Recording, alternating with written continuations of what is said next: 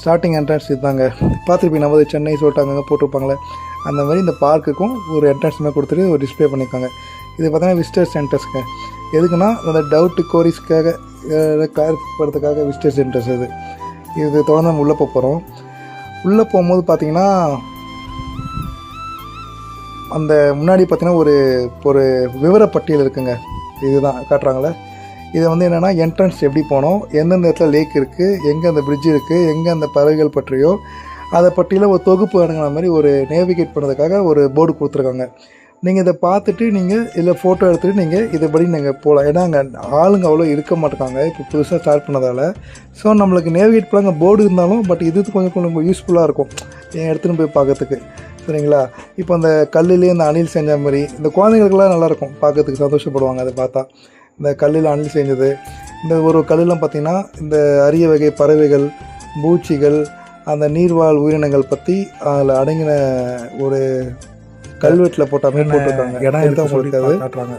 செடிகள், இந்த பாம்புகள் பற்றிய என்னென்ன பாம்பு இருக்குது நம்ம தமிழ்நாட்டில் அதை பற்றி போட்டிருக்காங்க. தெரிஞ்சுக்கலாம், தெரியாதவங்களும் தெரிஞ்சுக்கலாம். நம்மளாம் ஸ்கூல் படிக்கும் பார்த்துருப்போம், இதெல்லாம் போர்டில் புக்கில் பார்த்துருப்போம். ஆனால் இப்போவே குழந்தைங்களுக்கு தெரியாது.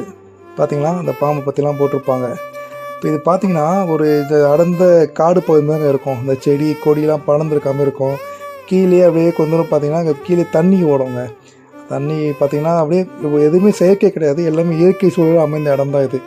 அந்த இயற்கையை நம்ம தமிழக அரசு, நம்ம திராவிட மாடல் அரசு புனரமைக்கப்பட்டு இந்த அளவுக்கு கொண்டு வந்திருக்காங்க. தெரிந்தாங்க தண்ணி உங்களுக்கு எல்லாமே இருக்குங்க. இது ஃபுல்லாகவே அந்த செடி கொடி எதுவுமே செயற்கையாக அமைந்த இடமே கிடையாது. இதை கடந்து போனால் அங்கங்கே உட்காரத்துக்கான இடமும் இருக்குது. இந்த பிரிட்ஜு கொடுத்துருக்காங்களே, இந்த பிரிட்ஜை வந்து கனெக்ட் பண்ணுறதுக்காக இந்த இடத்துக்கு அந்த இடத்துக்கு போகிறதுக்காக இது. அந்த தண்ணியில் இறங்கக்கூடாது சொல்லி போர்டு போட்டிருப்பாங்க. ஸோ குழந்தைகள் நீங்கள் கூட்டின்னு போங்கன்னா கவனமாக போங்க, அந்த தண்ணியில் இறங்காமல் பார்த்துக்கோங்க. ஏன்னா அங்கே பாம்பெல்லாம் இருக்குன்னு சொல்லி போர்டு போட்டிருக்காங்க. ஸோ குழந்தைகள் தெரியாது, ஏன்னா அந்த மர கிளையும் அது ஒரே மாதிரி இருக்கிறதால. பார்த்திங்கன்னா இப்போ அந்த தெரியுது அவங்களுக்கு பீட்டல்ஸு, அந்த தேவதை பறவை போட்டிருக்காங்க. இதெல்லாம் புதுசாக இருந்ததுங்க. கியூஆர் ஸ்கேனர் போட்டிருக்காங்களே, அதை ஸ்கேன் பண்ணி பார்த்திங்கன்னா தெரிஞ்சிடும் அதை பற்றி. சில இடத்துல கியூஆர் ஸ்கேனர் கொடுத்துருக்காங்க, சில இடத்துல தெரிஞ்ச விலங்குகள் பற்றிலாம் கியூஆர் ஸ்கேனர் கொடுக்கல அவ்வளோ. சில தெரியாத விலங்கு, தெரியாத பூச்சிகள், பறவைகள் பற்றிலாம் கியூஆர் ஸ்கேனர் கொடுத்துருக்காங்க. அதை நீங்கள் சர்ச் பண்ணி நீங்கள் ஸ்கேனரில் மூலிமா அதை இது பண்ணி ஸ்கேன் பண்ணி பார்த்துக்கலாம். ஃபுல்லாக லைனாக பார்த்திங்கன்னா அந்த கல்வெட்டு மாரி கொடுத்துருப்பாங்க. என்ன பறவை இருக்குது, என்ன மரங்கொத்தியா, என்னென்ன பறவை சொல்லிட்டு.